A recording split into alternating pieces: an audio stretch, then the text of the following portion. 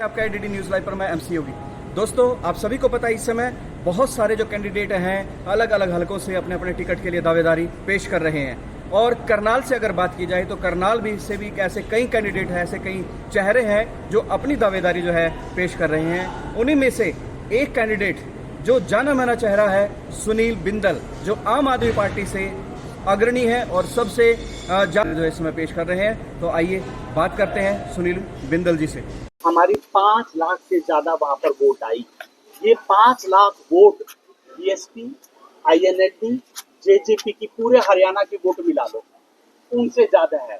हमारी एक विधानसभा की, एक लोकसभा की 5 लाख वोट, उनकी जो 10 लोकसभा थी उनसे ज्यादा है। इसका मतलब ये है कि हरियाणा की जनता ने आम आदमी पार्टी को तीसरे विकल्प के रूप में अपनाया है। कुरुक्षेत्र लोकसभा सीट हम बहुत ही छोटे से मार्जिन से हारे, वो आप सब लोगों को पता है। भारतीय जनता पार्टी ने वहां पर धर्म और जात पात की राजनीति करी। किस प्रकार से वहां पे बाबा बागेश्वर धाम को चुनाव से 2-4 दिन पहले बुलाया गया और वहां पर धार्मिक प्रोपेगेंडा किया गया। मैं आपके सामने ये कहना चाहता हूं कि भारतीय जनता पार्टी के पास सिर्फ स्वार्थ की राजनीति है, उनकी कथनी करने में बहुत अंतर है। वो जाति और धर्म की राजनीति करते हैं। वो राम की बात तो करते हैं, राम राज्य की बात नहीं करते। वो गाय को माता कहते हैं, पर गाय का जो बीफ एक्सपोर्ट करते हैं उनसे भी 8 करोड़ रुपए चंदा ले लेते हैं। हमारा Haryana non stop Haryana. Sir, इन बातों का कोई मोल नहीं है। भारतीय जनता पार्टी जुमलेबाज पार्टी है। भारतीय जनता पार्टी ने 2014 से जितने भी वायदे किए खुद जुमले निकले। खुद अमित शाह जी ने कहा जो 15 लाख रुपए वाला था वो तो जुमला था। क्या आपको 15 लाख रुपए मिले? क्या 2 करोड़ युवाओं को रोजगार मिला? क्या किसानों की आय दुगनी हुई? क्या 2022 तक सब लोगों के सर पर छत आई? बिना खर्ची पर्ची पर भर्ती की बात तो बीजेपी कह रही है। कहाँ बिना पर्ची खर्ची के? इनके यहाँ तो रेड हुई थी, पकड़े गए। रोज यहाँ पे ऐसे केसेस आ रहे हैं, विजिलेंस पकड़ रही है, बहुत बुरा हाल है। भ्रष्टाचार का आलम है। भारतीय जनता पार्टी ने कौन सी नौकरी दी है? हरियाणा का युवा तो अपने खेत खलियान घर बार बेचकर विदेश जा रहे हैं। वो कह रहे डीसी रेट पे दी शायद जो कौन सी दी? आपके पास कोई डाटा तो प्रस्तुत करो। हम तो कहते हैं वो श्वेत पत्र निकालें। करनाल के पास गांव है, वहाँ की 2 लड़कियां लगी। सीएम के लिए कोई सेफ सीट ढूंढ रही है बीजेपी कहीं और से। तो ये तो बड़ी शर्म की बात है। हमने तो मनोहर लाल जी को 5 वर्ष के लिए बनाया था, वो 4.5 साल में क्यों भाग गए?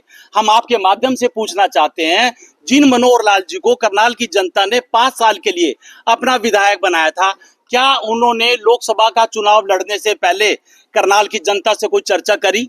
वो 4.5 साल में क्यों छोड़कर चले गए? क्या वजह थी? इसका मैं वजह आपको बता देता हूं। भारतीय जनता पार्टी की टॉप लीडरशिप को यह भलीभांति एहसास हो गया था कि मनोहर लाल के नेतृत्व में भारतीय जनता पार्टी दोबारा 24 में सत्ता में नहीं आ सकती। यही वजह थी कि वो जो अभी आप देखा देखी सभी जो पार्टियां यात्रा निकाल रही है, तो इससे क्या क्या पब्लिक भेड़ चाल किया जाए जैसे कि? नहीं सर, हम तो अपनी विचारधारा से अवगत कराने के लिए निकले हैं। मैंने आपको अभी अपनी विचारधारा बताई, हमने 5 गारंटीज बताई। हमने दिल्ली में 3 बार सरकार बनाई। दिल्ली में हमने जो सरकार बनाई है, हमारी विचारधारा से लोग प्रेरित रहे होंगे। जो हमारा शिक्षा का मॉडल है, जो हमारा चिकित्सा का मॉडल है, जो हम महिलाओं को रोजगार की, महिलाओं को जो यातायात की सुविधा देते हैं, जो हम लोग शहीदों के परिवार को 1 करोड़ रुपए समान राशि देते हैं, इसका मतलब लोग हमारी विचारधारा से सहमत हैं।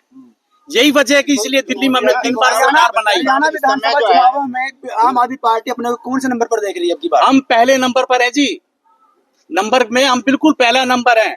देखिए, हरियाणा के लोगों ने, करनाल के लोगों ने आईएनएलडी, कांग्रेस और भारतीय जनता पार्टी को बारी बारी से मौका दिया, पर कोई भी राजनीतिक पार्टी करनाल और हरियाणा के लोगों की अपेक्षाओं पर खरी नहीं उतरी। बिंदल साहब, आज जो ग्रामीण हम लोग 300 यूनिट अरोड़ा जी बिजली फ्री देंगे जी, 1 महीने में 300 यूनिट ऑलरेडी हम पंजाब में दे रहे हैं और 90% लोगों के घर का बिजली का बिल नहीं आता। लेकिन बीजेपी तो फ्री की रेवड़ी बता रही है इसको। हाँ जी, फ्री की रेवड़ी कैसी होगी सर? आप दिया सलाई तक पे टैक्स देते हो। ये जो मोबाइल आपके हाथ में है ना, इसमें भी आप टैक्स देते हो। ये जो आपने रखड़ी बांधी हुई है ना, इसमें भी आपने टैक्स दिया है। तो हम लोग आपके टैक्स को बचाकर, भ्रष्टाचार को कम करके, भ्रष्टाचार को खत्म करके, यदि आपको उसमें से कुछ पैसा आपको एक शिक्षा के रूप में, अच्छी चिकित्सा के रूप में, महिलाओं को समान राशि के रूप में, शहीदों को समान राशि के रूप में यदि देते हैं तो क्या गलत करते हैं? क्या भारत में शिक्षा बच्चों को देना कोई गलत बात है क्या? क्या लोगों को अच्छी चिकित्सा देना कोई गलत बात है क्या? यदि हम महिलाओं को आज फ्री यातायात की सुविधा दे रहे हैं तो कोई गलत बात है क्या? क्या ये महिलाओं का अधिकार नहीं है क्या? क्या शहीदों के परिवार जो अपनी बॉर्डर पर जान गंवाते हैं उनके परिवारों को 1 करोड़ रुपए समान राशि देना कोई गुनाह है क्या? सरकार को लोग टैक्स देते हैं। कौन सी ऐसी चीज है आज आप मुझे बताओ कि जिस पर जनता टैक्स नहीं देती है? तो यदि उस टैक्स के पैसे में से बचा के यदि हम लोगों को कोई सुविधा देते हैं, वो रेवड़ी कहते हैं, ये तो बहुत शर्म की बात है। तो फिर वो 80 करोड़ लोगों को जो वो 5 किलो अनाज देते हैं वो क्या है फिर? वो बताएं आप मुझे। आज कहाँ यात्रा कर रहे हैं? आज हम गठबंधन क्या कहना चाहेंगे आप? आपकी पार्टी ने पीछे चुनाव लड़ा था लोकसभा में, विधानसभा में आप किस तरह से देखते हैं? देखिए, करनाल हरियाणा में हम लोग 90 की 90 विधानसभाओं पर अकेले चुनाव लड़ने जा रहे हैं। बिल्कुल अकेले चुनाव लड़ क्या है आपका? हमारा कोई किसी से गठबंधन नहीं है।